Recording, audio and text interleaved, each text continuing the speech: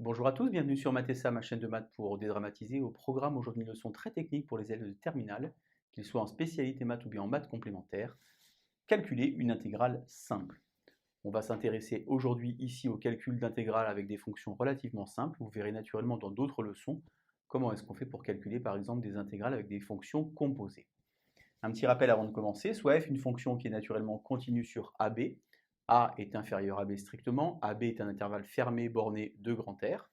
Eh bien, I pour intégrale, intégrale de A à B, A et B s'appellent les bornes de l'intégrale de f de x dx. Eh bien, on calcule ici une primitive de petit f, qui est notée donc grand F, et on évalue l'image de la borne supérieure, donc f de B, moins f de A.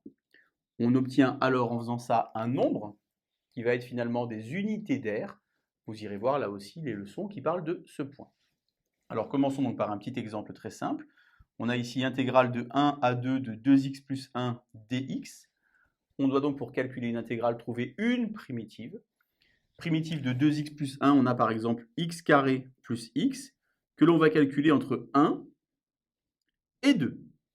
On va donc ici donc prendre l'image de 2 pour cette primitive, ça va donc faire 2 au carré 4 plus 2, moins l'image de 1, 1 plus 1. Au final, on obtient 4 unités d'air. Vous verrez dans une prochaine leçon comment est-ce qu'on fait par exemple pour calculer une intégrale avec la calculatrice. Je vous invite naturellement à aller voir cette méthode car ça vous permet comme ça de vérifier si votre réponse est juste. Deuxième exemple ici, j égale intégrale de 4 à 9 de dt sur racine de t. Alors vous voyez que j'ai volontairement changé ici la variable. Il faut que vous sachiez que la variable d'intégration est muette, on peut mettre n'importe quelle lettre.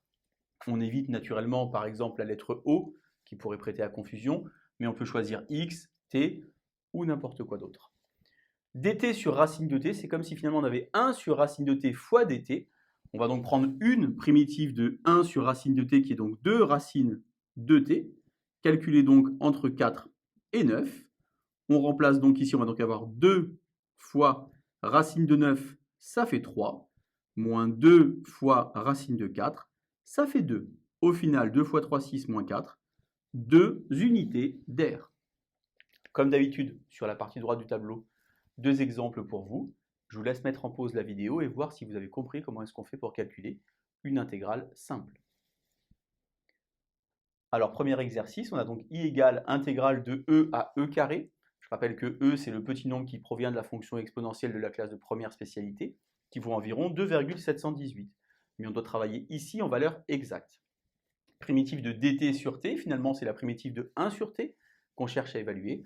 Et vous devez savoir naturellement que la primitive de 1 sur t, c'est ln de t, puisqu'on est situé ici sur e carré, qui est donc un intervalle de nombres positifs. On a donc ici ln de t, entre e et e carré. En haut, ln de e carré, moins ln de e. Vous devez savoir depuis cette année, grâce au chapitre sur le logarithme népérien, que ln et exponentielle sont deux fonctions qui s'annihilent. Ln de e carré, ça vaut donc 2. Ln de e, c'est comme s'il y avait ln de e puissance 1, ça vaut donc 1. Et 2 moins 1, ça fait donc 1. On obtient donc que l'intégrale entre e et e carré de dt sur t vaut une unité d'air. Exercice numéro 2, on a donc cette fois-ci intégrale que j'ai appelée j, de ln de 2 à ln de 3 de 5e de x plus 1 dx. On va donc d'abord chercher une primitive. Vous savez certainement que la primitive de exponentielle, c'est elle-même. On a donc ici 5e de x plus x à évaluer entre ln de 2 et ln de 3. Alors le 5, je vous rappelle que c'est une constante multiplicative et donc on la conserve dans l'intégration. On va donc ici remplacer, on va donc avoir 5e de ln de 3 plus ln de 3 moins parenthèse 5e de ln de 2 plus ln de 2. Alors, on a vu tout à l'heure que ln de e de x était toujours égal à x à condition que x appartienne à grand R. E de ln de x est également égal à x à condition cette fois-ci que x soit strictement positif, ce qui est le cas pour 3 et pour 2. On va donc ici avoir e de ln de 3, ça fait donc 3, 5 fois 3, 15, moins 5 fois 2, 10, on a ici 5, plus ln de 3 moins ln de 2, court sur le logarithme népérien, ln de 3 moins ln de 2, ça fait ln de 3 demi unité d'air. Donc vous voyez, pour calculer des intégrales simples, c'est assez facile. Il faut naturellement connaître les formules de primitives. Vous faites l'image du haut moins l'image du bas et vous faites le résultat. Allez, à vous de jouer. Bonne journée sur Mathessa. À bientôt.